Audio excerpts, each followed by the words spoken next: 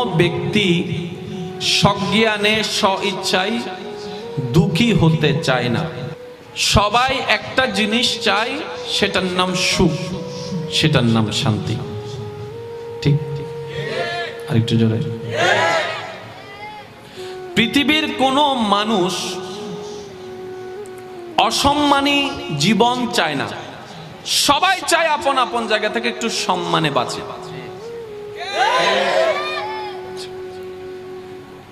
প্রত্যেকটা পয়েন্ট একটু মনের কান দিয়ে শোনার পর একটু নোট করার চেষ্টা করবেন। আমরা কেউ দুঃখী হতে চাই না, সুখী হতে চাই। অসম্মানিত হতে চাই না, সম্মানিত হতে চাই। ঠিক না?